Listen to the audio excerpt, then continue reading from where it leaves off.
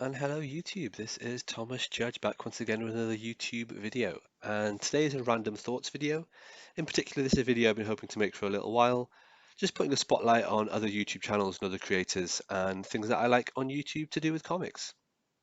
So one of the reasons I wanted to make this video is I've noticed in my comment section when people have reached out to me, sometimes people ask me questions where I'm kind of surprised, well, I'm always surprised by a lot of the questions people ask me, but I'm kind of surprised because I don't understand how certain parts of the comic community perhaps aren't as well known or as high profile as I sometimes feel that they are.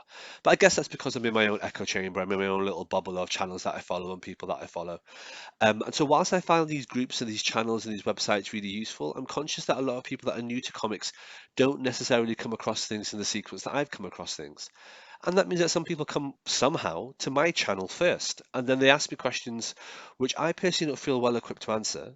And I feel that there's much better content out there on the internet and on YouTube that answers those questions, but that the people asking me aren't aware that that content is out there. So something I'm very keen to do, as I always say, is not reinvent the wheel on my channel. I don't want to create content or duplicate things that are done better elsewhere. And so, with that spirit in mind, I just want to put a bit of a spotlight on other channels that I would highly recommend that if you're watching this video, you check out, you familiarize yourself with, and you make up your own mind on. Hopefully, a lot of these you will know about, but some of them you may well not do. And I thought it would also kind of do as a sort of friendly little video as an insight into my own comic collecting journey and how I kind of came across these websites and these people. So with no further ado, let's jump straight into it. The first one, and I think the key one, sort of the hub from which everything else started spinning out for me, was the Omnibus Collectors Network.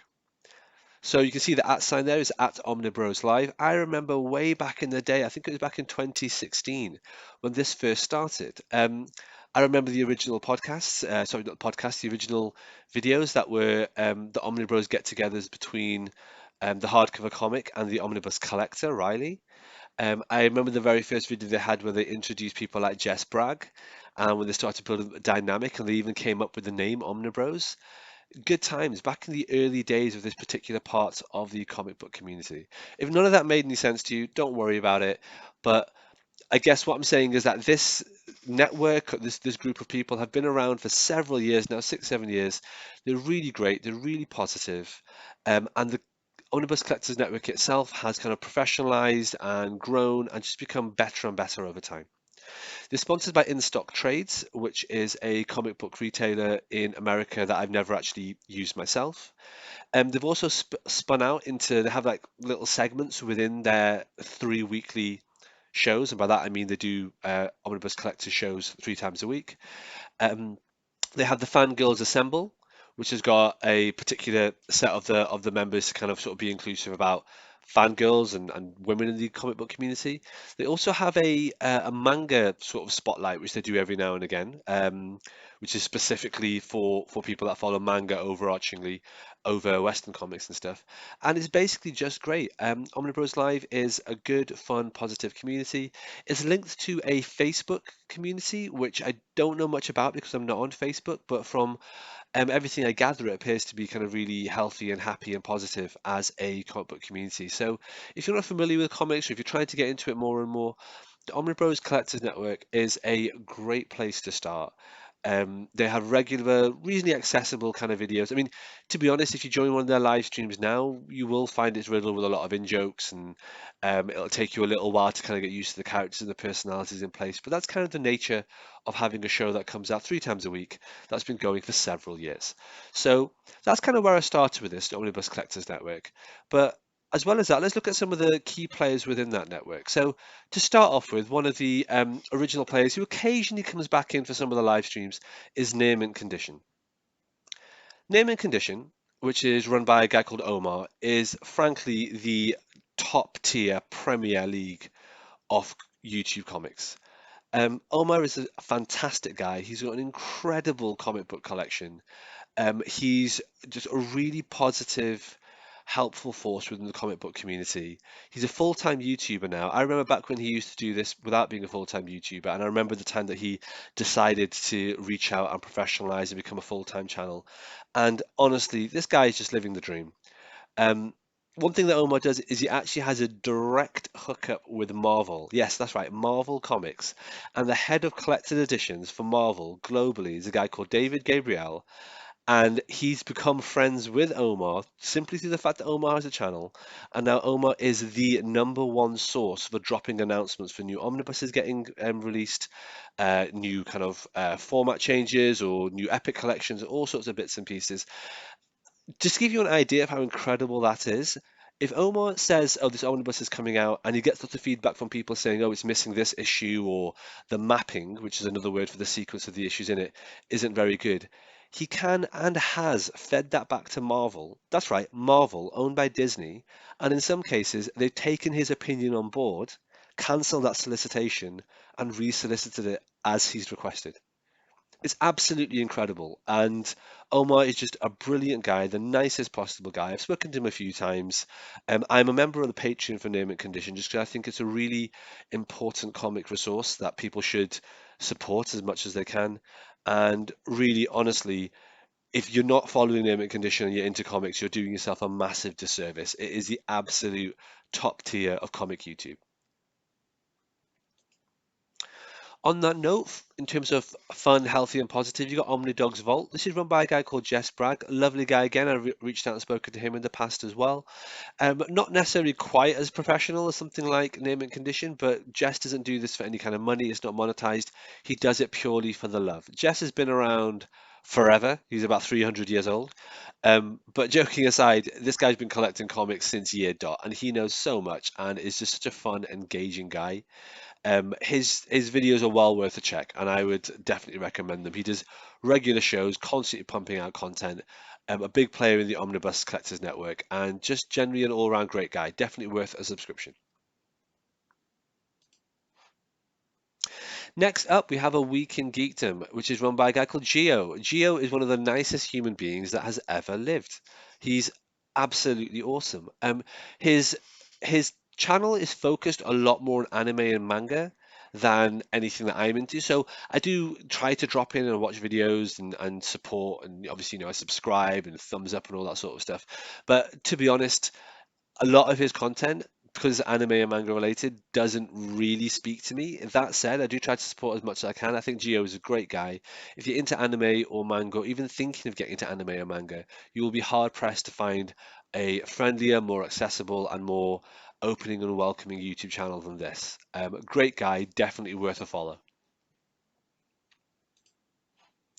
That brings us to the omnibus collector himself, Riley Moore. So, as you can see here, relatively big channel. I say relatively, obviously, like 800 times larger than mine, but nonetheless, great guy, really impressive comic book collection. Riley straddles the line between a manga collector and a Western comic collector in a really robust way. He has got a massive, absolutely huge manga collection, but he's also got an absolutely massive omnibus and DC and Marvel collection as well. And he really knows his stuff. Really nice guy. He takes his job very seriously. He's kind of a key player in the Omnibus Collectors Network. He was one of the very first people back when Omnibus Live kind of launched or formed years and years ago. And yeah, definitely a fun channel to follow. That brings us to Gem Mint Collectibles. Gem is a force of nature in and of himself. I remember Gem's very first video. I want to say it was sort of like Christmas 2017 or something like that.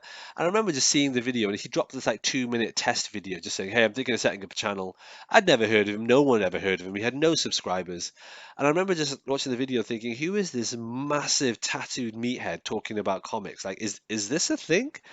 I remember just finding it quite, I guess, incongruous because Jem, tattoos all the way down to his fingertips. He's a lovely guy, but he can come across as kind of intimidating. I remember the first time I saw his videos, I was like, is this for real? But I really respect that because I look a particular way that means that many people see me. I'm just like, there's no way you're into comics and video games. Um, so it's quite nice to see people kind of fighting those conventions and those stereotypes and so on. And Jem is great at that. I remember his very first video, which was a trashy little straight to phone camera self-shot selfie video, and it was rubbish. And seeing how he's come along now to one of the most professional, the most polished YouTubers that I know, period. He's got loads of subscribers, probably the most popular channel that I'll be talking about in this video. And Gem Collectibles, and as he calls them, the Geminites, are a force unto themselves. They have their own Facebook group, they have a YouTube membership group. He's got all the social medias, he's got all the hookups, all the sponsorships. His collection is phenomenal. The amount of content he pumps out is phenomenal. He's gone from just checking it out and trying it as a side hustle in 2017 to going full as full-time YouTuber. And yeah, you owe it to yourself to bookmark the channel and check it out. Um, He's a great guy. His level of knowledge on comics isn't as exhaustive as someone as, say, Omar from Name and Condition, or even as mine. I mean, I know way more about comics than he does, and I see him doing comic book reviews or talking about particular omnibuses or what he thought about them, and I'm just like, dude, you don't know this or you missed this out and so on. That's not a criticism at all. I think in that sense, that makes Gem an incredibly accessible YouTube channel for new time YouTubers. As well as that, he doesn't just focus on comics. This is a guy who focuses on statues in a big way. I think originally he was actually a statue channel more than an omnibus channel. So if you're into statues, like Gem is the man. The one thing I would warn you about is that Gem is like a gateway drug into statues. As a result of watching his channel, I've ended up picking up lots of figures. I can't afford the big statues like he has, but I've started picking away more figures. And if you follow Gemmin, you will eventually start hearing about and getting introduced to loads of other statue collecting channels, of which there are dozens on the internet. Now, I don't follow them because it takes a fair amount of discipline to avoid them, and that's what I try to do. But he is a gateway to a whole other part of the comic book community. And if you're interested in that, Gemmin is the way forward. Speaking of Gemmin, we've got Organic Price Books. Organic Price Books is slightly surreal. It's run by a guy called JP, who actually is just a friend of Gemmin, who originally was just like a supporter of the channel and just kind of helping out with various bits and pieces, I think, behind the scenes. And then basically what happened is a few years ago, JP decided to set up his own comic book distribution company. That's right, like a comic book distribution company kind of um, to rival something like In Stock Trades or Walt's Comic Emporium or things like that. And Organic Price Books is doing really, really well. It's got amazing deals. It's it's a comic book distribution company online run by fans for the fans. And if you follow the YouTube channel, JP is incredibly open and accessible. He has really a great ethos of being transparent about how his business works, how the packing works. I remember watching one of his videos back when Marvel omnibuses started being shipped by Penguin Random House instead of being shipped by Diamond. And he literally just unpacked a pallet live on air and he was like, this is the quality of the omnibuses we're getting because of the way they're being packed poorly by Penguin. They're turning up damaged, they're turning up scratched. And he just went through them and he's like, this is why there are delays. And personally, I cannot appreciate that enough. The transparency of what he brings to the industry is phenomenal. And his videos are a great kind of behind the scenes look at these things. Much like Jem, his knowledge of comics is slightly lacking. He's sometimes he does reviews in various bits and pieces. Um, him and someone called David as well helps him on the channel, and it's like you guys don't know a huge amount about comics, but I guess that's relative. I mean, they don't know as much as me, for example, but they know much more than the average kind of first time convert into the comic book community. So, really accessible, really friendly, really fun. That takes it to the hardcover comic, which has got Matt and Mike running it. So the hardcover comic is a really cool comic book channel. I sponsor them as a Patreon. I know them. I've actually been in a podcast with them. I think these guys are great. I think the one thing I will say is these guys are the custom bind kings. If you're into custom binding and having custom binding done, these are the dudes that do it all the time. All the time. If you like the custom binding on my channel, you need to check out the hardcover comic. The stuff they do is just they just do so much and they're always pumping out the content. I do a custom bind on my channel every couple of months because it takes me ages to do it. I'm just one person doing very laborious, slow custom binds with a single binder near me. These guys, there's two of them, they're pumping out custom bind left, right, and center. They use multiple different binderies to get stuff done, so they always have overlapping projects on the go. If you're into custom binds, you need to check out Hardcover Comic.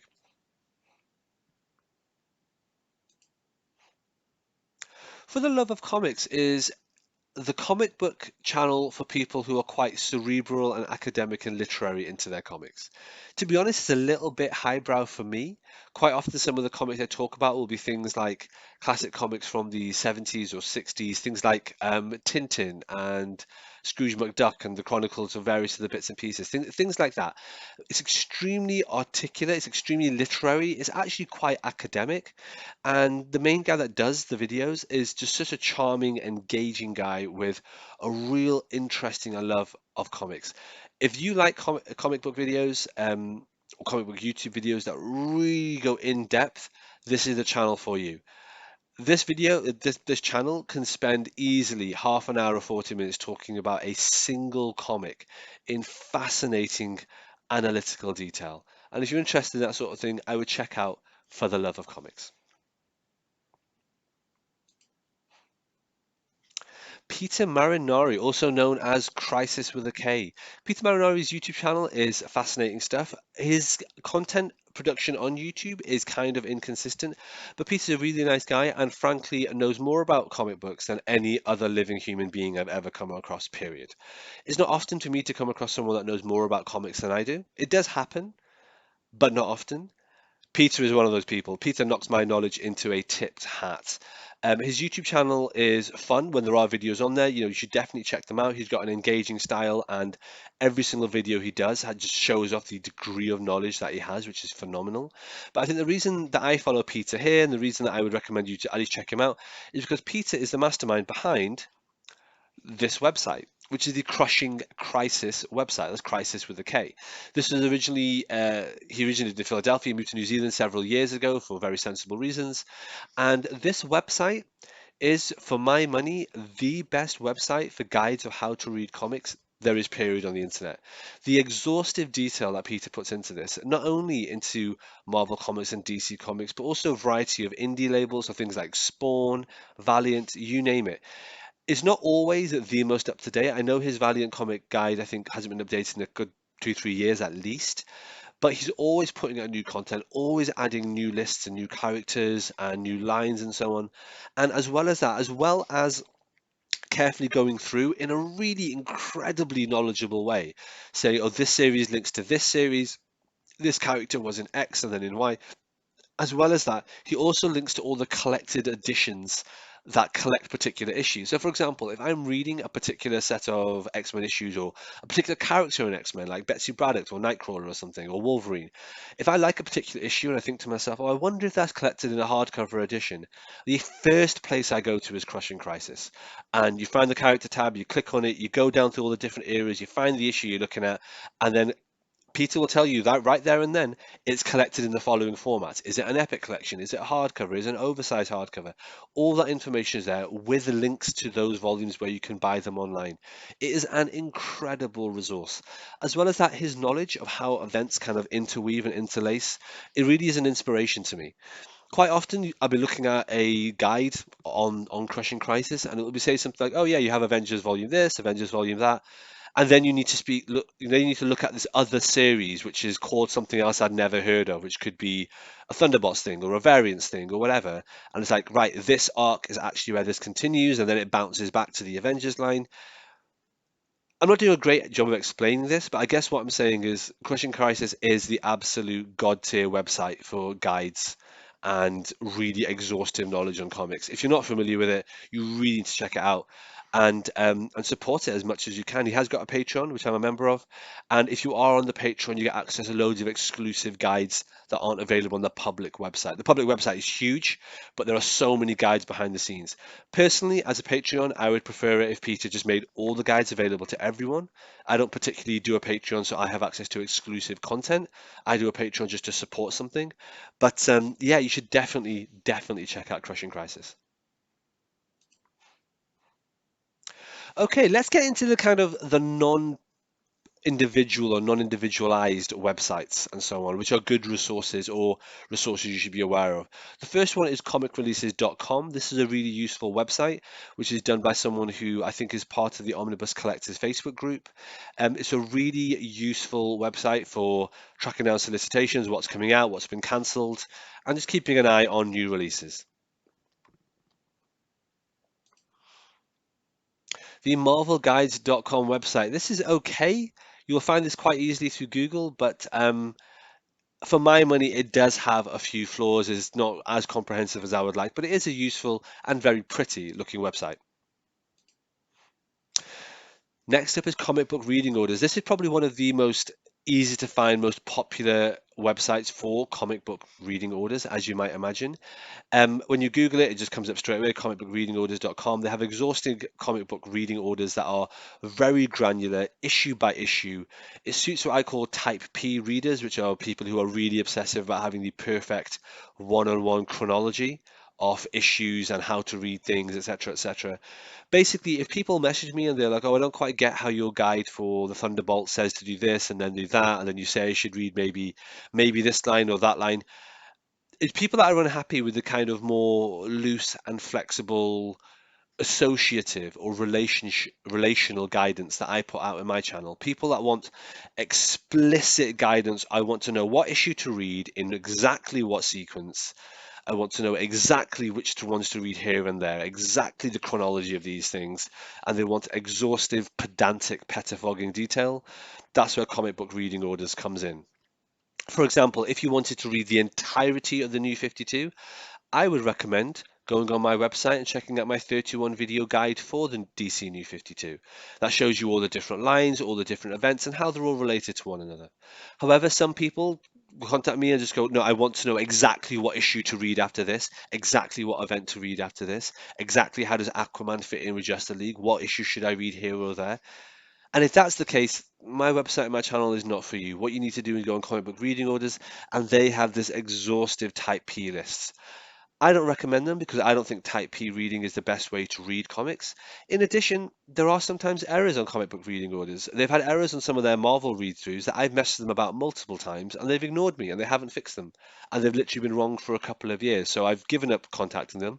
I've given up trying to correct them. And I don't really use this as a resource, as a definitive resource. This can sometimes be a useful starting point for an event, but often I'll write down the reading order and then I'll read the actual issues and then I will fix the reading order before I make my own video on it. Moving on, how to love comics. This website's been getting a lot of love and becoming a lot more popular recently. I'm not a huge fan of it. I don't really think their reading guides are especially helpful or useful, and they lack relational context to provide association with other comic events and lines at the time. That said, it is very pretty. They do have a lot of content coming out all the time. They've got a decent social media presence, and it may well be worth you checking this out. UncannyXmen.net. I'm not really 100% certain what this is. I've used it a few times when I've done like reads of Uncanny X-Men issues. This appears to be like an issue by issue, utterly exhaustive, obsessive compulsive guide just to Uncanny X-Men issues one by one. It's interesting but weirdly detailed. Check it out if you're interested. The Marvel Fandom Database. This is a really useful resource for me, at least to try and work out if a particular series or miniseries is set in the Marvel 616 or if it's set in another part of the Marvel multiverse. Other than that, I don't really use Marvel fandom for very much at all. And as a website, it is riddled by adverts, which is understandable. It's free, but it is a decent website and a decent resource with lots of hardworking people clearly working behind the scenes putting it together. But I use it really as kind of my dictionary to whether or not something is in the 616 universe or in the Marvel multiverse. On that note, the DC fandom website, very similar, riddled by adverts. It looks very pretty, but it also looks extremely busy and clunky. I don't really use this for a huge amount unless I've got a particular query I want to answer about a particular issue that I'm reading. So right now I'm just finishing my 1500 issue Superman read through, and there's the occasional issue where I'm just like, why is this happening? And I'll check it on DC fandom and see if it's got any trivia or context on that. That takes us into the big podcast. So, Comics by Perch probably is the most interesting podcast stroke YouTube channel that you'll find in this kind of category in terms of like podcasty related things. So, Perch is someone who does really regular videos on comics. We're looking at 5 or 6 videos a day sometimes. He's got a very soothing voice. He's got a very interesting manner. Whether or not you subscribe to Perch is kind of up to you. He's He's interesting, and some of his videos are great. The ones where his daughters review Wakanda Forever is hilarious, like absolutely hilarious. And some of his videos make very good points, and he's got quite a good sense of humor. That said, I find him aggressively centrist in his perspective. I think the channel and the podcast itself tries to position itself as being apolitical or being politically moderate, but in that sense, sometimes it's difficult to nail down. Sometimes it feels like he's deliberately being centrist to just kind of avoid being leftist, and sometimes it feels like he's deliberately being centrist just to antagonize the right. It's an interesting channel. It's worth checking out. Whether or not you want to subscribe or support it is entirely up to you. But personally, for me, I find I get a lot of breaking comic book news from Purchase Podcast. So if a comic book company is going to liquidation, or if there's some kind of scandal, you can easily get the TLDR from Comics by Perch. So check it out, but disclaimer warning, you might not find it necessarily as positive or as kind of, I suppose, left-leaning as a lot of the previous channels that we've talked about. And so, as I say, aggressively centrist. Speaking of that, there is another channel which I came through from actually watching a Comics by Perch video where he was featured on Thinking Critical. Thinking Critical is not a channel that I subscribe to or that I support per se. I do occasionally listen to some of these videos, and I do that deliberately because I like to break my own echo chamber perspective on comics and the comic book community. Thinking Critical is run by a guy called Wes, who does regular videos, one every day or so. All of his videos, and this is just my opinion, but they all seem to be unmitigatedly negative all the time. He's one of these people that's always talking about how the comics industry is about to collapse and DC's making massive mistakes and Marvel's decided to go woke and go broke and all these sorts of things. Constant negativity, constantly down and depressed on the comic book industry. In some cases, I guess he's got like some small points that are correct, but ultimately, I generally don't really agree with a lot of the content that he puts out. I do occasionally listen to a podcast or part of a YouTube video that he might put out, and I'm aware that yes, there is a slippery slope in using the argument of, oh, I do this just to not be in the echo chamber. I know many people who say they read papers at the Daily Mail or watch Fox News so that they're not part of the echo chamber, but the truth is they largely only read the Daily Mail and only watch Fox News. And it's like, well, that's actually just justifying being in a different echo chamber. I tend to watch very positive comics videos. I try to make relatively positive comic videos. And so I do think that watching and listening to videos by places like Thinking Critical is really useful to get an idea of the other side of comic fandom. He can be quite negative, he can be quite sort of despondent about the comic industry. In some cases, he's not completely wrong, even though it is uncomfortable to listen to. In a lot of cases, he is wrong, and I do disagree with him, but I think it's valuable to listen to opinions I disagree with just to formulate with more clarity in my own mind the reasons I disagree with them. If you do watch Thinking Creative videos, he has lots of other people sort of on his videos as guests and doing other things, and that's a way of kind of going down a whole rabbit hole through the looking glass into another side of YouTube and Twitter and so on of people that are generally very negative about comics, quite hostile, quite gatekeepy in a lot of ways. I'm not a fan of that. I wouldn't recommend you do that, but at the same time, it's remiss of me to act like the entirety of comics YouTube is really positive and cheery and chirpy and sees the best in everything. That's not the case, and I don't want to imply that is the case. Just want to give a quick shout out to Zabisho Comics. I don't know if any of my followers are German, but if you are, Zabisho Comics does a lot of videos on comics. I'm going to give him some props because basically what he's doing is in German, like in the German language. He is making a beat by beat rebuild of my new 52 video series guide. He asked me permission to do this, and he's very friendly and reaches out with random questions about all sorts of things. I'm planning when I do my DC Rebirth guide, and I've started my DC Rebirth read through now. I should have that guide up by the end of the year, and when I do, I will be happy to collaborate with Zabisha so he can make a German language version of my guide. So I just think this is kind of cool. I don't speak German, but yeah, his website is there. And I guess almost finally, I just wanted to give a shout out to this guy, John Anthony Chihok Soltero.